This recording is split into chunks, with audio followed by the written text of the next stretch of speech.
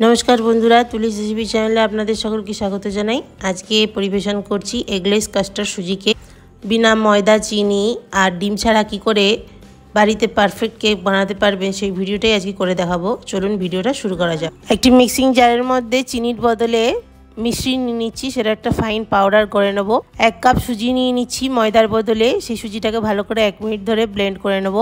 केकेर ব্যাটারটা रेडी करे नेওয়ার জন্য একটি মিক্সিং বোলের মধ্যে 3 ভাগের 1 ভাগ টক দই, 1 চামচ ভ্যানিলা এসেন্স আর 4 ভাগের 1 ভাগ তেল আর মিশ্রির পাউডারটা দিয়ে ভালো করে বিট করে নেব 4 থেকে 5 মিনিট। একটি মসৃণ ব্যাটার রেডি হয়ে গেলে তার মধ্যে যে সুজিটা ব্লেন্ড করে নিয়েছিলাম সেটাকে দিয়ে দেবো। দিয়ে তার মধ্যে হাফ কাপ গুঁড়ো দুধ, হাফ কাপ কাস্টার্ড পাউডার আর হাফ কাপ দুধ দিয়ে ভালো করে মিক্স করে নেব সব কিছুকে।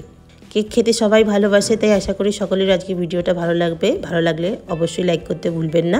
একই ডাইরেকশনে হ্যান্ড ব্লেন্ডার দিয়ে বিট করার চেষ্টা করবেন, মাঝে মাঝে দুধ অ্যাড করতে থাকবেন যাতে পারফেক্ট কনসিস্টেন্সি চলে আসে।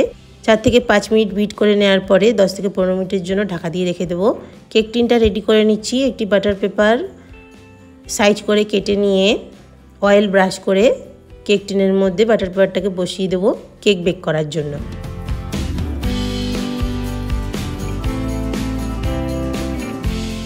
কেক টিনের মধ্যে বাটার পেপারটা বসিয়ে দিয়েছি, এবার অয়েল গ্রিস করে দিচ্ছি।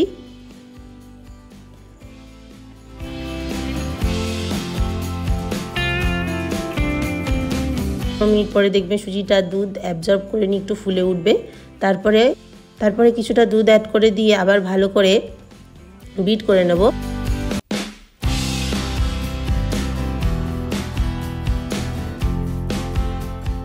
তারপরে সবার লাস্টে 1 চামচ বেকিং পাউডার, 4 ভাগের 1 ভাগ বেকিং সোডা দিয়ে আবার ভালো করে মিক্স করে নেব।